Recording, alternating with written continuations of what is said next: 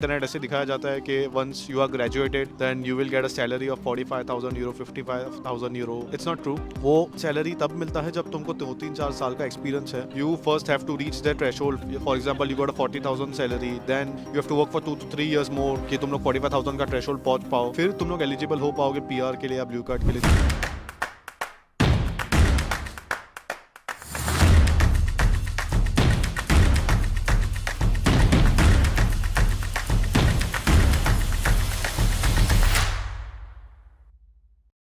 Alright guys, so finally I'm coming to India in 2024. I'm doing a quick meetup in about 6 cities of India, and in this video I will tell you how you can register, which city I'm coming to, what time are we going to meet, where are we going to meet, all of that. But before that, let me tell you what are we going to cover. We will cover blocked account topic, we will cover part-time job, we'll cover visa part, we'll cover everything what it takes for you to get your life started stress-free once you land here. I know a lot of students are coming in winter intake 2024.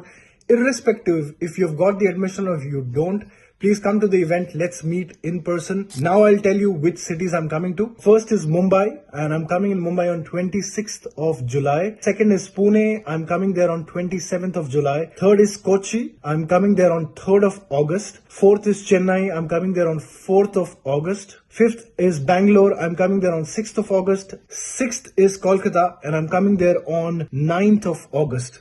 So let's meet in person. I'm doing this in collaboration with Expatrio. So simple way to register is to go in my story highlight. That's where you will see there is a registration form, as well as you can scan this QR code. So don't wait, register yourself. We have a very limited spot. Come and get all your queries solved in person. So, this is also one of my favorite question. I like to ask everybody when I go on the university campus. ऐसी क्या चीज़ थी जो आपने सुनी थी Germany आने से पहले, बट आप यहाँ आए तो आपको पता चला ये तो सब झूठ है बे, या ऐसा कुछ भी नहीं था यार. और it could be opposite as well, कि बुरा सुना था लेकिन एक्चुअली में बहुत अच्छा है. सो बिफोर कमिंग हियर मैंने ये सुना था कि जर्मनी में कि लोग यहाँ पे अपने काम को बहुत ज़्यादा प्रायोरिटाइज करते हैं, एंड उसके अकॉर्डिंग मतलब अपने सेशंस बनाते हैं, एंड राइट लाइक वो काम को जल्दी खत्म करना पसंद करते हैं. To be very honest, after coming here मेरा एक पर्सनल एक्सपीरियंस है उसलैंडर बीओडी के साथ. मैंने जब अपने रेजिडेंस परमिट कार्ड के लिए अप्लाई किया था तो first I had to mail them when I booked an online appointment. उसके बाद मेरे को रिप्लाई नहीं आया. देन मैंने कॉल किया उसलैंडर बीओडी को, and they told me to write a mail to them. I wrote a mail and I had to wait for a month to get a reply back, and still I didn't get it. And I call them again, and उन्होंने मेरे को बोला कि आप बिना appointment के Monday and Tuesdays को आ सकते हैं. And I went there, and after I went there they check my passport and took my documents, and after that they told me to wait for a month. मैंने 1 महीने wait किया. Wait करने के बाद फिर से मेरे को जिस दिन मेरी रेजिडेंस परमिट कार्ड की अपॉइंटमेंट थी उस दिन यहाँ पे ट्राम स्ट्राइक थी, तो मैं नहीं जा पाया. तो मैं नहीं जा पाया. एंड उसके बाद तो फिर उन्होंने तुम्हारी गलती गिना दी होगी फिर उस दिन, हाँ, कि तुम ही नहीं आए. एक्चुअली मैंने उनको कॉल किया एंड मैंने उनको बताया कि there is a tram strike today. तो उन्होंने बोला नो प्रॉब्लम, आप फिर से एक मेल करिए.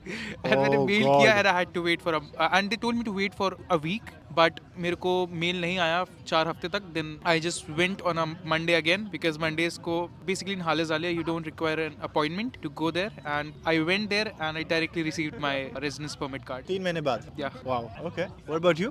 Like he said, I want to add to that.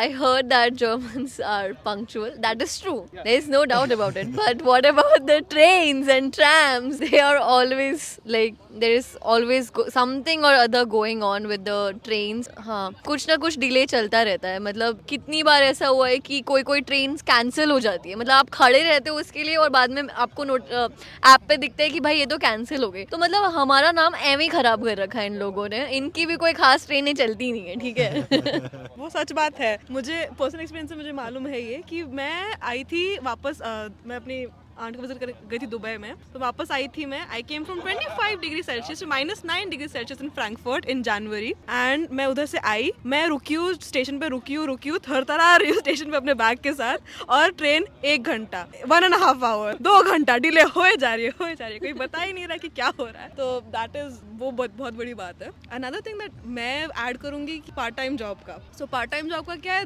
इतना बोलते हैं कि यहाँ पे लेबर शॉर्टेज है, कि लाइक तुम्हें बहुत काम चाहिए इन लोगों को. उनको लोग चाहिए, लेकिन दे विल स्टिल, वो लोग फिर भी उसके लिए, वो लैंग्वेज के लिए बहुत खिचकिच करते हैं उसके लिए कि लाइक आपको एटलीस्ट B2 आनी चाहिए, आपको एटलीस्ट C1 आनी चाहिए, कि हम लोग, क्योंकि सब लोग जर्मन में बात करते हैं, इवन दो उनके सब जो काम वाले जो वर्कर्स रहते हैं, they all like international and they do have at least थोड़ा बैकग्राउंड रहता है इंग्लिश का, but still they will, you need at least B2 German, you need C1 German, Right. so it's like very very difficult to get, especially I live in Halle, which is a smaller city by comparison. वहाँ पे part time job काफ़ी difficult हो जाता है ढूंढने के लिए, just because of this reason.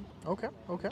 So I agree with this train का सीन जो ये लोग बोल रहे हैं कि मतलब पहले ऐसा नहीं था। आई think so if I see the history of the Germany कि ट्रेन्स बहुत टाइम पे थी, तो मैंने सुना था हाँ जर्मनी में ट्रेन्स बहुत टाइम पे होती है। I think so last 2-3 year में जो इन्फ्लेशन हुआ है और जो यूक्रेन वॉर के रशिया यूक्रेन वॉर की वजह से एनर्जी प्राइसेस ऊपर गए हैं, and the employees of the DB they are demanding more income, तो उनको इनकम नहीं मिल रहा, बेटर वर्किंग आवर्स डिमांड कर रहे हैं, उनको वो सब डिमांड्स उनकी पूरी नहीं हो रही है। आई थिंक सो तो इसके लिए ही ये हुआ है, बट या ये चीज़ इतना कोई ओपनली बोला नहीं है लास्ट इतने सालों में, जो कि क्योंकि लोगों को यही पता है कि हाँ trains in Germany are time, तो पहले होता था, but if you'll see from last 2 to 3 years it's not there, but in future we don't know if they Okay. Did some settlement then वापस इफेक्टिव हो सकता है। अच्छा, तुम्हारा पॉइंट क्या है? मेरा पॉइंट है दैट आई थिंक सो हाँ जो पीपल, बहुत लोग बोलते हैं इन यू नो इंटरनेट ऐसे दिखाया जाता है कि once you are graduated then you will get a salary of 45,000 euro, 55,000 euro, और ऐसे ये मीडियम सैलरी है, इतना सैलरी है, बट इट्स नॉट ट्रू। ये सब डिपेंड होता है तुम्हारे कौन से तुम लोकेशन में हो। फर्स्ट ऑफ ऑल तुम एक जॉब जो कर रहे हो बर्लिन में, उसकी सैलरी ज़्यादा हो सकती है, बट वही same job in a city like hall